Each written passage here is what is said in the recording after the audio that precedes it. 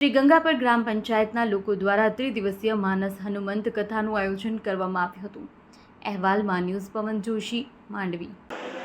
સૌપ્રથમ આ નાના એવા ગંગાપર ગામમાં ભગવાન શ્રી હનુમાનજીનો પ્રાગટ્ય દિવસના આગલા દિવસે જે ત્રિદિવસીય ત્રિવેણી સંગ્રમ જે ગંગાપરમાં જે અત્યારે અમારા સમાજના પ્રમુખ સાહેબ યોગ મંડળના હિરેનભાઈના અથક પ્રયાસથી આ જે ત્રિવેણી સંગ્રમનો કાર્યક્રમ અને જે હનુમાનજીના જન્મથી અને આખા એનો જીવનનો માટેની 3 દિવસીય ત્રિદિવસીય કથાનું જે આયોજન કર્યું છે, બહુ ગંગાપર ગામની અંદર અત્યારે બહુ આનંદનો લહેર છે, આનંદની લહેર છે।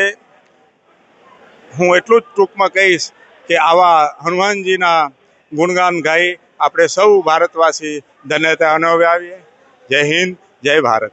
बोली हनुमान जी दादा की जय, श्री रामचंद्र भगवान की जय। અમારા ગંગાપરના આંગણે જ્યારે શ્રી હનુમંત ચરિત્ર કથાનું આયોજન થઈ રહ્યું છે, સમસ્ત ગ્રામજનો હળી મળી સંપ એકતા અને ભાવથી આજે આપ સૌ નિહાળી રહ્યા છો। આ યુટ્યુબના માધ્યમથી લાઈવ નિહાળી રહ્યા છો। આપણે બી આનંદની અનુભૂતિ થતી જ હશે।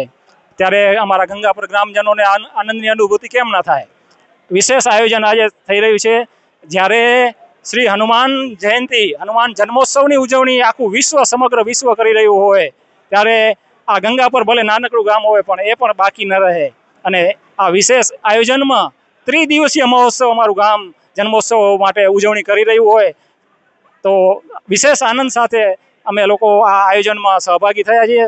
સમસ્ત 12 વસતા ભાઈઓ બહેનો સૌ પણ પધાર્યા છે અને અતિથિ વિશેષશ્રીઓ તરીકે અલગ અલગ ગામના અગ્રણીઓ, વીએચપીના અગ્રણીઓ પણ હાજર થયા છે। સુંદરકાંડ મંડળીના ટીમના પણ સભ્યો હાજર થયા છે। ખૂબ આનંદની વાત છે, ગંગાપર ગામ માટે ગૌરવની વાત છે। ધન્યવાદ।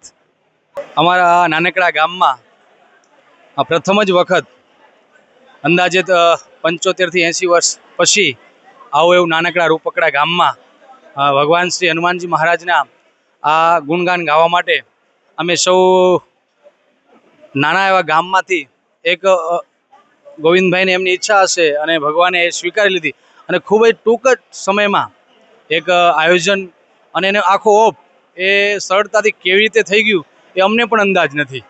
તો પરમાત્માની અસીમ કૃપા અમારા ગામ પર વરસી છે। આ કળિયુગની અંદર ભગવાન હનુમાનજી મહારાજના આવા સાનિધ્ય આવું અમને મળે છે, એના પાછળ અમારા વડીલો, અમે નાના હતા ત્યારથી સીતારામ બાપા અમને નાની એવી ધૂન બોલાવીને જે આજે વટવૃક્ષ તરીકે ગામને અને આસપાસના લોકોને અને હિન્દુ સમાજને મળે છે, એ અમારા ભાગ્ય છે, સૌભાગ્ય છે।